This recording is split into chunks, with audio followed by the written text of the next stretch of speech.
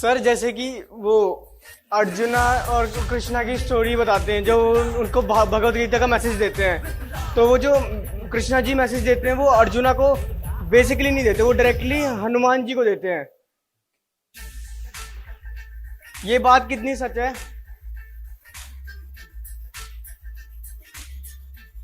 हनुमान जी कहाँ आ गए बीच में? सर मतलब जो रथ पे हनुमान जी थे, रथ पे ध्वजा पे उन्होंने कंडीशन रखी थी कि जब मैं युद्ध में आपके साथ सारथी रहूंगा तब आप मेरे को हर एक पल एक ज्ञान दोगे। तो उसके बाद उन्होंने कृष्ण जी ने उनको ज्ञान दिया था। प्रश्न क्या है आपका? एक मिनट, प्रश्न क्या है? हंसिए मत, सीरियस पॉइंट है ये, कुछ प्रश्न पूछिए। सर जैसे कि मैंने पढ़ा था एक जगह कि जो भगवत गीता का जो मैसेज है, हाँ, वो इनडायरेक्टली हनुमान जी को दे रहे थे। वो भगवत गीता मैसेज इनडायरेक्टली आपके लिए है, वो हमारे लिए हम सबके लिए है। सर वो हमारे लिए है, बट वो मतलब एक उन्होंने शर्त रखी थी हनुमान जी ने, जब वो उस मतलब रथ पे आएंगे। सबके लिए है भगवत गीता का मैसेज, हनुमान जी के लिए भी है, अर्जुन के लिए भी है, लेकिन उनको जरूरत नहीं इस ज्ञान का, उनको तो पहले से ही पता है सब। हनुमान जी थोड़े ना, उनको तो पता है सब गीता। हनुमान जी को गीता नहीं पता है। सर मैंने पढ़ा था कि जब नहीं, पूरा सुनिए तो बात। अब आवाज मत कीजिए, बीच में बातें कर रहे हैं कई लोग। सर मैंने नहीं, अब सुन लीजिए, अब सुन लीजिए, है ना। हनुमान जी को सब पता है, ठीक है, उनको गीता का ज्ञान है, भगवान की भक्त ऐसे बन जाएंगे, पूरी ज्ञान है, लेकिन इन लोगों को माध्यम बनाकर ये ज्ञान हमको दिया जाता है, ठीक है। ऐसे यही सत्य है। मैं मानता हूं कि आपने पढ़ा है, मैं एक्सेप्ट कर लिया कि आपने पढ़ा है, ठीक है, आप बहुत विद्वान आदमी हैं और बहुत अच्छी बात है, पढ़े और पढ़िए, ठीक है। आपकी बात सही है कि हनुमान जी थे वहां ध्वज पर बैठे हुए थे, ये भी सही है, ठीक है। Okay sir, thank you. Hari बोल।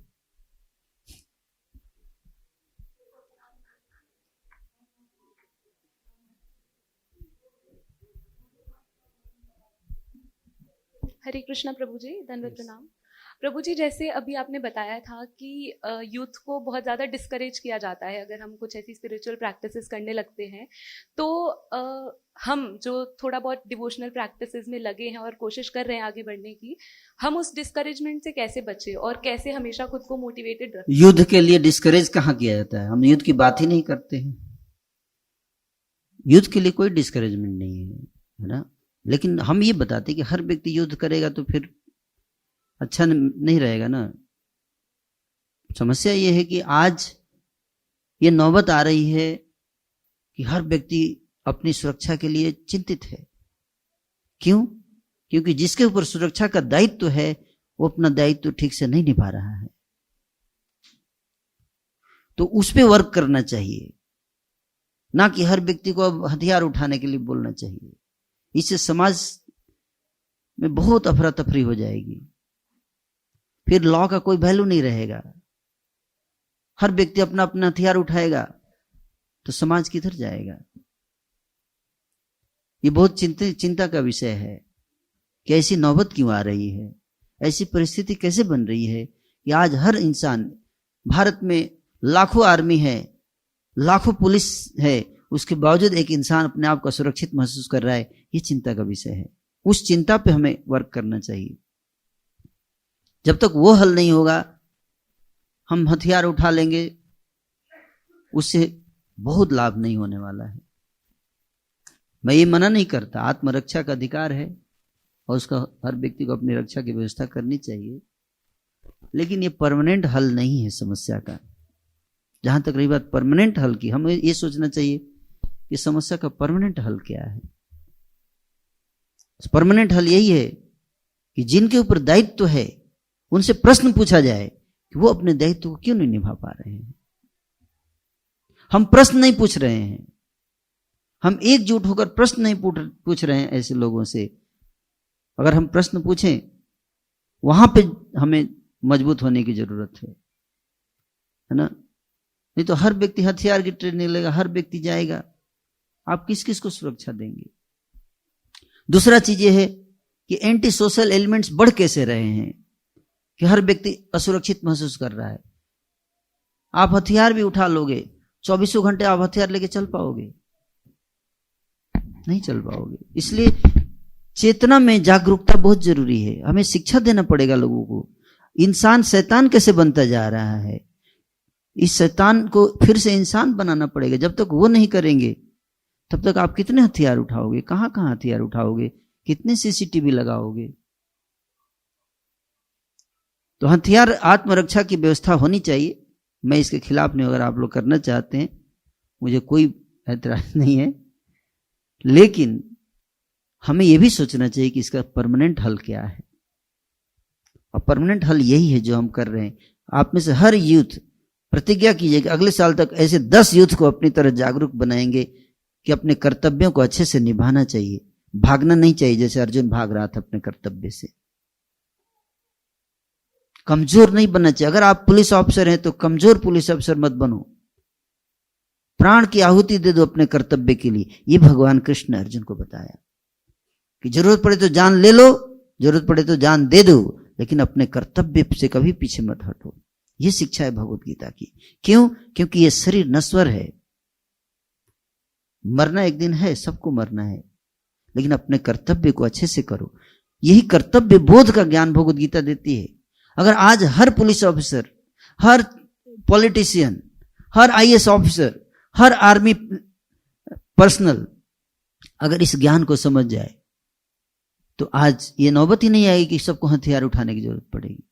उस पर हमें ध्यान देना चाहिए कि किसी भी व्यक्ति को हम लीडर बनाने से पहले उसको स्पिरिचुअल एजुकेशन मस्ट है, उसको स्पिरिचुअल ट्रेनिंग मस्ट है। अगर उसको स्पिरिचुअल ट्रेनिंग, उसका कैरेक्टर नहीं है, why are you making them leader? That is the question we should ask. That's where the answer lies. Not कि हर व्यक्ति हथियार उठाए। ये बच्ची क्या हथियार उठाएगी? ये स्कूल जा रही है अकेले, क्या हथियार उठाएगी? स्कूल जाते समय बच्चियों का रेप हो रहा है, वो क्या हथियार उठाएगी? That is not the solution, that is not the permanent solution. We have to hit the root of the problem. Professor इसको कॉलेज में जा रहे हैं, वो हथियार लेके जाएगा? Not practical, not practical. हर जगह आप हथियार कैरी नहीं कर सकते। That's why we as a ISKCON devotee we should focus on the root. क्या रूट है?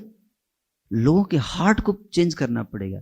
बचपन से बच्चे को हम लोग बच्चों को बचपन से आध्यात्मिक शिक्षा नहीं दे रहे हैं, उनको सब कुछ सिखा दिया है ना। प्यार ना सीखा, नफरत करना सीख लिया। इन लोगों ने लड़ना मरना सीख लिया। हम उनको प्रेम करना नहीं सिखाते। हम उनके हाथ में सिनेमा देते हैं, movie, violence, crime, this is what they are learning. उनको हम गीता के श्लोक नहीं सिखाते, कैसे अपने कर्तव्य को करना है। हरिश्चंद्र की कथा नहीं सुनाते कि कैसे सत्य के मार्ग पर चलने के लिए उन्होंने अपने सब कुछ त्याग दिया, लेकिन सत्य को नहीं त्यागा। ये ज्ञान बहुत जरूरी है। इसलिए आप सब जितने यहां यूथ हैं या जितने ओल्ड हैं, सब ये ज्ञान देने की जिम्मेदारी सबको उठानी, रादर शस्त्र उठाने की जिम्मेदारी हम ज्ञान बांटने की जिम्मेदारी उठाएं। हर व्यक्ति एक प्रतिज्ञा ले कि जब तक एक नया भक्त नहीं बनाएंगे तब तक नया साल नहीं मनाएंगे। No happy new year. अगले 10 साल में पूरा भारत परिवर्तित हो जाएगा।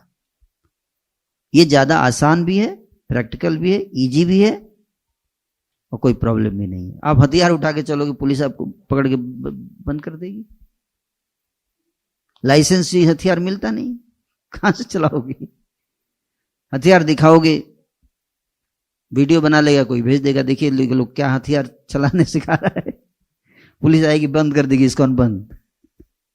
जो भी थोड़ा बहुत कर रहे भी नहीं कर पाएंगे, है कि नहीं? चाहते हैं आप लोग?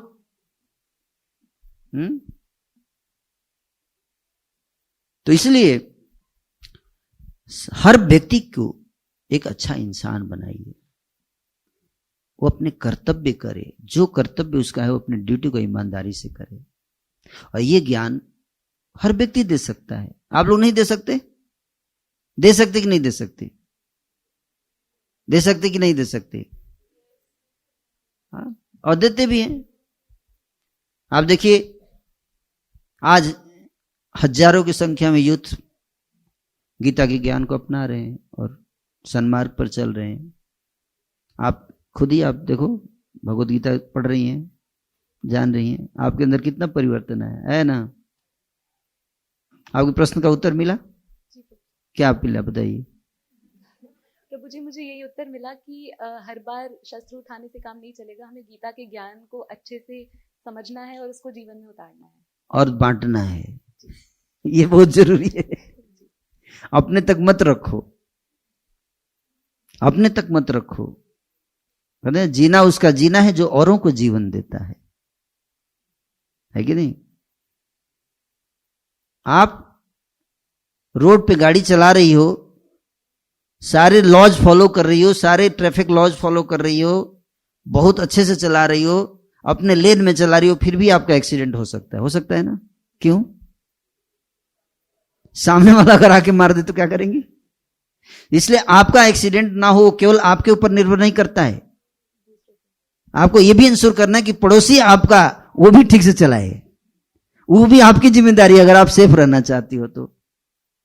इसलिए केवल आप भगवत गीता पढ़ रही हो इससे आप सेफ नहीं होगी,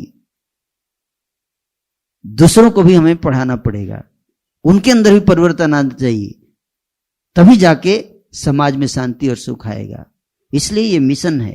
प्रभुपाद जी चाहते थे कि ये हर व्यक्ति तक पहुंचाया जाए ज्ञान। इसमें किसी का नुकसान नहीं है, लेकिन सबको बहुत फायदा है। तो आप जैसे युवक हैं, इसलिए बार बार हम लोग इस बात पर जोर देते हैं कि आप लोग रजिस्ट्रेशन कराओ, रजिस्ट्रेशन कराओ, रजिस्ट्रेशन कराओ। कराते नहीं? कहां रजिस्ट्रेशन कराना है? विप्लव में। हम गोवर्धन में 7,500 युवकों को एक साथ जुटेंगे हम गोवर्धन में, और हम एक साथ मिलकर ये योजना बनाएंगे कि कैसे पूरे विश्व को बदला जा सके।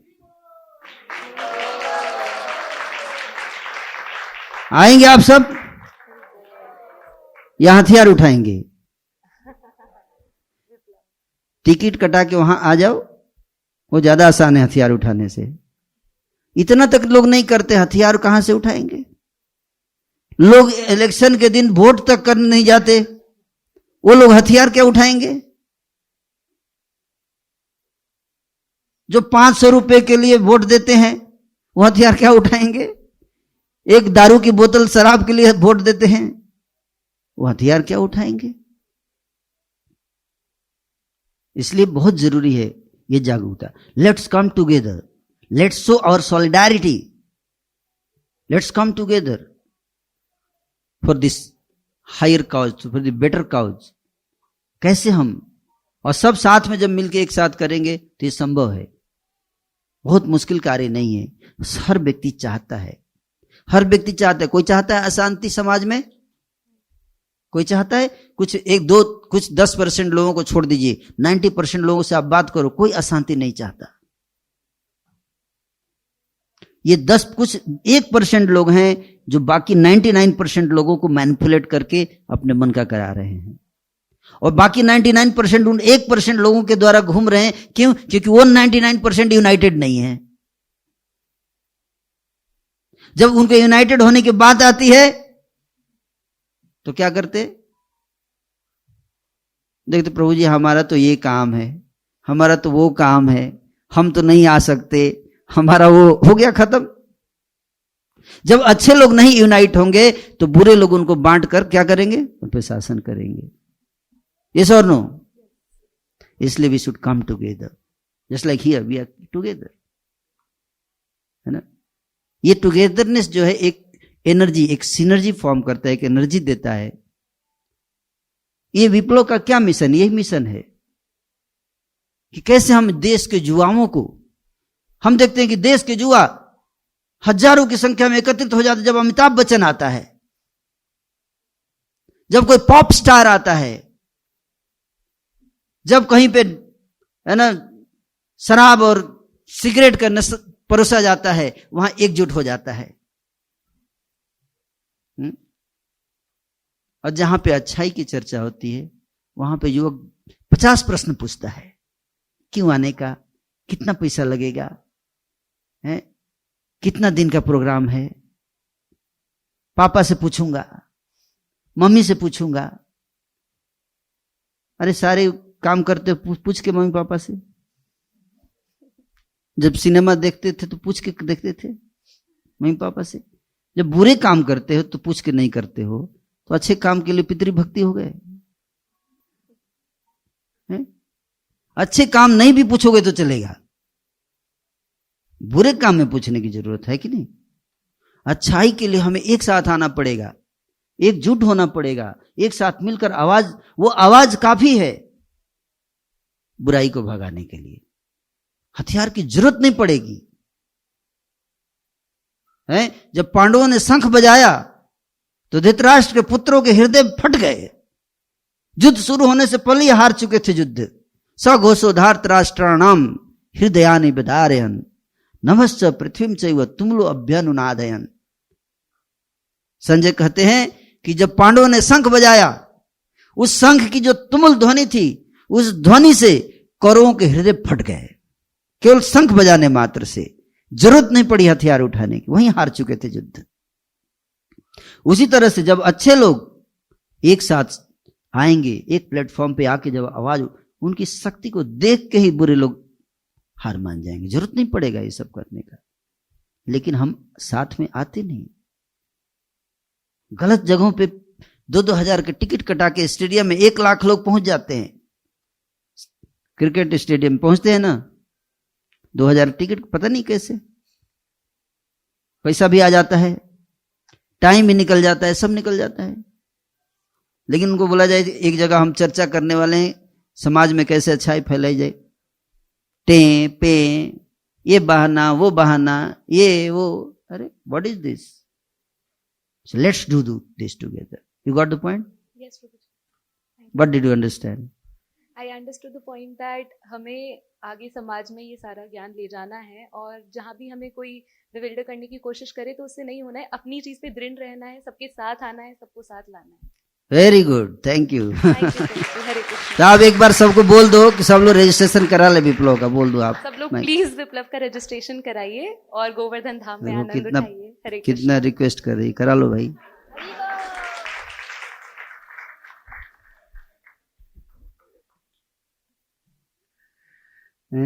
और कोई प्रश्न है? यस,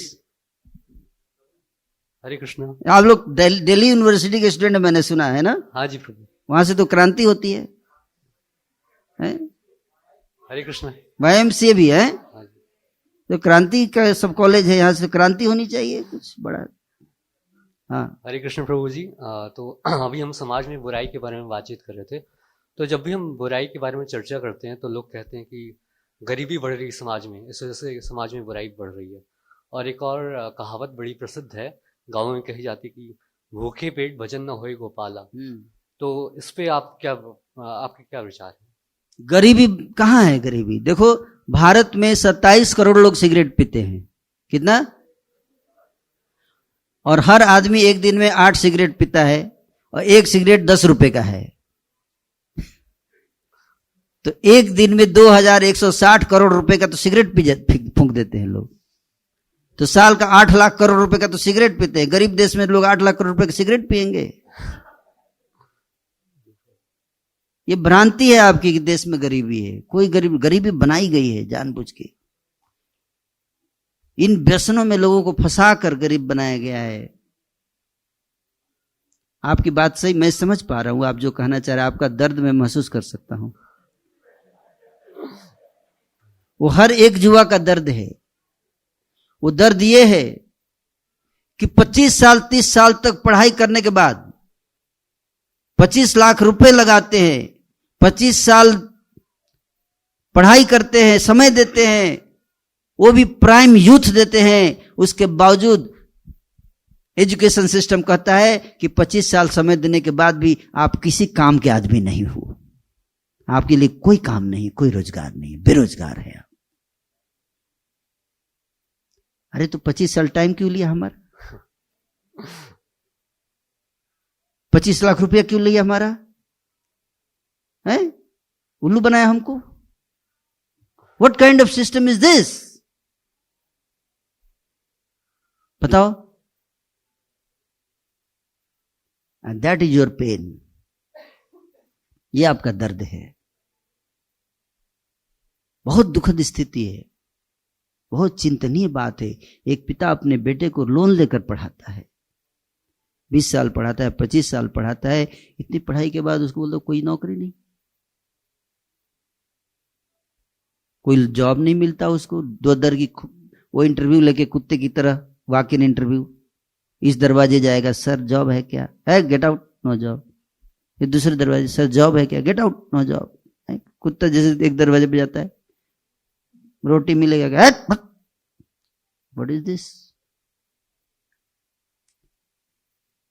तो ये समस्या तो है ना, लेकिन वो भी आप अच्छे से कर पाओगे अगर आप एक अच्छा भक्त बनोगे, तो आप अपनी एनर्जी को फोकस कर पाओगे। देखो यूथ की भी गलती है इसमें। मैं सिस्टम किससे बनता है? सिस्टम हम लोग बनाते हैं ना। देश जब आजाद हुआ किसके हाथ में सिस्टम आया? चलो पहले हम अंग्रेजों को ब्लेम करते थे कि अंग्रेजों के कारण भारत सुखी नहीं है। अब तो अंग्रेज चले गए, आज भारत किसी कारण सुखी नहीं है। जब देश आजाद हुआ सबको सरकारी नौकरी मिलती थी,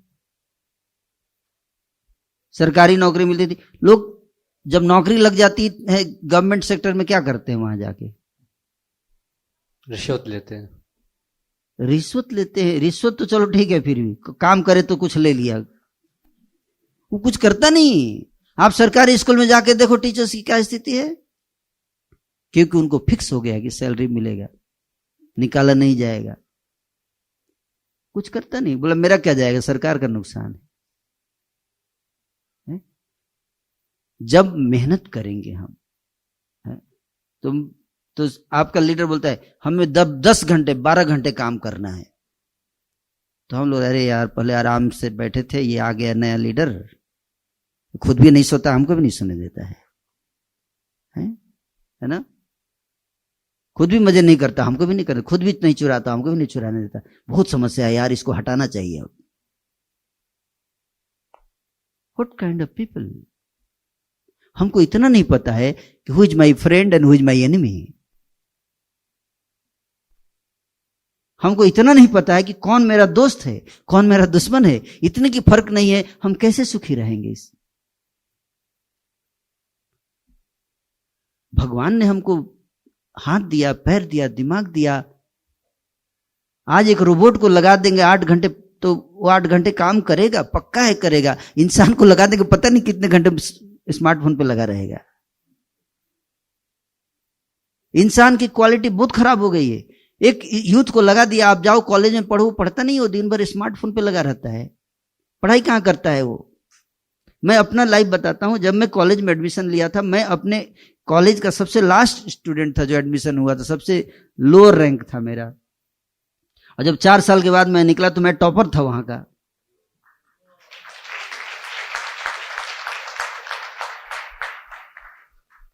तो ऐसा क्या हुआ?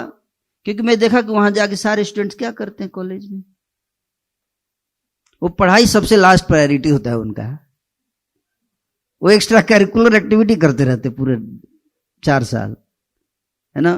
केवल पढ़ाई को छोड़ के बाकी सब करते हैं।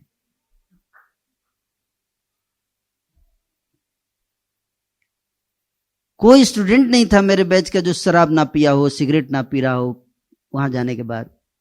This is what, who is forcing you? मैं 4 साल था, मैंने नहीं पिया, किसने फोर्स किया मेरे को? I was not a devotee, फिर भी I didn't take. Who is stopping you? हमको भी देखना है कि हम कहां पे इंप्रूव कर सकते हैं। As a student, what is my responsibility? आपको अपनी इंद्रियों को बस में करना पड़ेगा, अपने लाइफ में डिसिप्लिन लाना पड़ेगा। बिना डिसिप्लिन के आप फोकस नहीं कर सकते और बिना फोकस के आप सक्सेस नहीं ला सकते। अपनी इंद्रियों को कंट्रोल करना पड़ेगा। That's what Krishna says to Arjun, control your senses. कोई आपको साथ नहीं देगा, लेकिन आप मेहनत करना पड़ेगा, हार्ड वर्क करना पड़ता है सफलता के लिए। बिना भूखे भजन न हो गोपाला, ये ले अपनी कंठी माला। तो आप भूखे हो क्यों भैया? 2 हाथ दिया, 2 पैर दिया, इतना फर्टाइल ब्रेन दिया तुमको, भूखे बैठने के लिए दिया, उसको यूज करो। तो कैसे भूखे रहोगे? क्यों भूखे रहोगे? आपको 2 हाथ दिया है भगवान ने, आप एक कुदाल ले लो, जाओ मिट्टी लेबर का काम करो। सुबह से शाम तक 8 घंटे आप लेबर का ईमानदारी से काम करोगे, आपको पेट भर जाएगा। Forget about PhD MHD, it's not easy. ऐसा नहीं है कि काम नहीं मिलेगा, अगर हम मेहनत से काम करेंगे। मेहनत से काम करने वालों की बहुत जरूरत है, एक्चुअली ईमानदार लोगों की बहुत आवश्यकता है। आप ईमानदार बनो, मेहनती बनो, अच्छे से स्टडी करो, अपने कोर्सेज को अच्छे से समझो, केवल परीक्षा पास करने के लिए मत करो। अभी हम क्या, हमारे कॉलेज में क्या होता था, एग्जाम से 2 दिन पहले खाते थे और जाके एग्जामिनेशन हॉल में वोमिट कर देते थे और फिर भूल जाते थे। इसलिए नहीं पढ़ते कि हमको पढ़ना है, हमको समझना है, हमको सेवा करना है समाज का। वो परसेप्शन को चेंज करना चाहिए। We need to think that we are here to work very hard. सफलता हार्ड वर्क से आती है, सेंस ग्रेटिफिकेशन से नहीं आती है, एंजॉयमेंट से नहीं आती है, हार्ड वर्क से आती है। आज इंडिया चंद्रमा पर पहुंचा है तो हार्ड वर्क किया है लोगों ने उसके पीछे, लोगों ने रात रात पर जागा है उसके पीछे। ऐसे नहीं जाता है। कितने कॉलेज स्टूडेंट्स पढ़ाई करते हैं सालों भर। लोग जनरली एग्जाम से पहले पढ़ाई करते हैं, लेकिन जो बुद्धिमान स्टूडेंट होता है उसकी पढ़ाई एग्जाम के बाद शुरू होती है। एग्जाम के बाद जो स्टूडेंट पढ़ता है वो वही सही में स्टूडेंट है। एग्जाम से पहले जो, तो जब है ना, मजबूरी का नाम महात्मा गांधी। अब कोई ऑप्शन नहीं बचा, अब तो पढ़ना ही पड़ेगा, इसलिए पढ़ता है। वो कोई पढ़ाई है? वो पढ़ाई शुरू होती है एग्जाम के अगले दिन से। अगले सेमेस्टर की पढ़ाई शुरू हो जानी चाहिए और एग्जाम से पहले सिलेबस कंप्लीट हो जाना चाहिए। दैट इज पढ़ाई। कितने लोग करते हैं ऐसी पढ़ाई? बताइए, इतने सारे स्टूडेंट हैं। और अगर ऐसी पढ़ाई आप करेंगे तो दुनिया की कौन ताकत है जो आपको जॉब लेने से रोक सके? कोई ताकत नहीं है। आप करके देखिए, और नहीं मिलेगा तो मेरे पास आइएगा, मैं आपको दिलाऊंगा 100% गारंटी के साथ। ठीक है, मैं मोदी जी से बात कर लूंगा, आप टेंशन मत लेना। Develop these qualities, become very hard working, honest, all wonderful quality you develop. आपका मार्केट में बहुत डिमांड होगा, बहुत डिमांड बढ़ जाएगा आपका। Okay, thank you. Thank you so much प्रभु जी। हम प्रभु जी का बहुत बहुत धन्यवाद करेंगे, उन्होंने हमारे क्वेश्चंस का जवाब दिया। अब नो मोर क्वेश्चंस। आपके ग्रुप में जो है विप्लव रजिस्ट्रेशन का लिंक, जैसे प्रभु जी ने कहा मेन फोकस होना चाहिए हमारा विप्लव रजिस्ट्रेशन। आप लोगों के ग्रुप्स में जो विप्लव रजिस्ट्रेशन का लिंक और QR कोड है वो आ चुका है, फटाफट रजिस्टर करें। अभी आपकी स्क्रीन पे भी दिखाया जाएगा जो QR कोड है। और मेरा अनुरोध रहेगा सुंदर गोपाल प्रभु जी से। तो कितने लोग तैयार हैं विप्लव में आने के लिए? कितने लोग तैयार हैं हथियार उठाने के लिए? सारी लाइट जला दो ऑडिटोरियम की, सारी लाइट्स ऑन करिए। हथियार ज्यादा महंगा है, विप्लव रजिस्ट्रेशन सस्ता है। इसको कराइए सब लोग। ओके, सब लोग आइए, मेरा रिक्वेस्ट है आपसे। पीछे क्या जला है? QR कोड है पीछे, तो आप लोग स्कैन कीजिए, है ना। We need to come together, और बहुत अच्छा लगेगा आपको। पूरे इंडिया से यूथ आ रहे हैं और एक अच्छा, हम इस बार 7,500 का हमारा टारगेट है और हर साल हमारा टारगेट डबल करना है ना। तो आप देखेंगे अगले 10 साल में पूरे भारत जो है वो कृष्णमय हो जाएगा। रिवल पूरा भारत में शांति और प्रेम का संदेश जाएगा। आने वाले अगले 10 साल अगर आप लोगों ने हमारा साथ दिया तो आप देखना पूरी परिस्थिति बदल सकती है, लेकिन हमको साथ देना पड़ेगा है। और शुभ कार्य में देरी नहीं करना चाहिए। तो आप सब आइए, अपना एकजुटता दिखाइए। केवल ट्विटर पे कमेंट मत मारिए, फेसबुक पे कमेंट मत मारिए, कुछ करना पड़ेगा, कुछ करना पड़ेगा। तो क्या करना पड़ेगा? विप्लव में रजिस्ट्रेशन, ठीक है। 1000-2000 कमेंट मारने से अच्छा है एक रजिस्ट्रेशन कराइए, विप्लव में आइए, हमारे गीता क्लासेज में आइए, जुड़िए और दूसरों को भी बांटिए। प्रैक्टिकल कुछ करना चाहिए, है ना। और ये एक ऐसा काम है जो आप हथियार उठाओगे तो हो सकता है पुलिस आपको पकड़ ले, लेकिन ये काम करोगे अच्छाई का काम तो कोई आपको नहीं पकड़ेगा, बल्कि आपको लोग अप्रिशिएट करेंगे कि ये हमारे यंग बच्चे देखो कितना अच्छा काम कर रहे हैं, शांति और प्रेम का संदेश दे रहे हैं, समाज में लोगों को आगे बढ़ा रहे हैं। तो आप सब हमारे विप्लव फेस्टिवल के लिए रजिस्ट्रेशन कराइए। ये आपका विप्लव फेस्टिवल है। पिछले साल कितने लोग आए थे विप्लव में? 5000 है, इस बार 7500।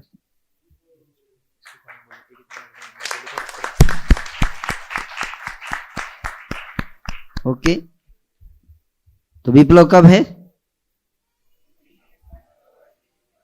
सबको पता है? 20, 21, 22 जुलाई, अक्टूबर।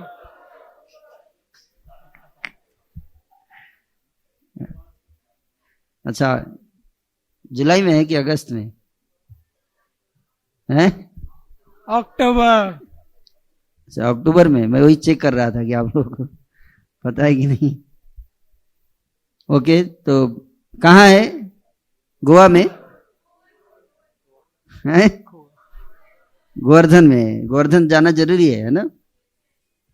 हमारा संस्कृति स्थल है गोवर्धन, जिसको भगवान श्री कृष्ण ने अपने हाथ पे 7 दिन उठाया, वो गोवर्धन है। तो हमको गोवा नहीं जाना है। गोवा में क्या है? गोवर्धन जाना है कि नहीं है? तो गोवर्धन आइए, भगवान कृष्ण के स्मृति चिन्ह है वहां पर। गोवर्धन की परिक्रमा भी होगी। 7500 यूथ एक साथ परिक्रमा करेंगे गिरिराज गोवर्धन की, है। ये अपने आप में एक अनूठा उदाहरण प्रस्तुत करेंगे हम लोग, हैं।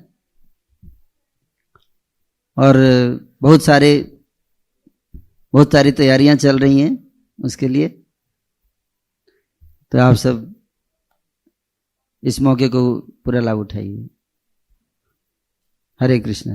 हरे कृष्ण। हरे कृष्णा। प्रभु ने कहा है कि भूखे भजन न हो गोपाला। तो मुझे एक बात याद आई, इसलिए मैं सोचा आपको शेयर करना जरूरी है। भूखे भजन नहीं होता, लेकिन भूखे सिनेमा देख लेते हैं क्या? भूखे फेसबुक पे घंटों बिताते हैं, भूखे क्रिकेट मैच देखते हैं, लेकिन भूखे भजन नहीं कर सकते, है ना। बड़ी विडंबना है। Thank you.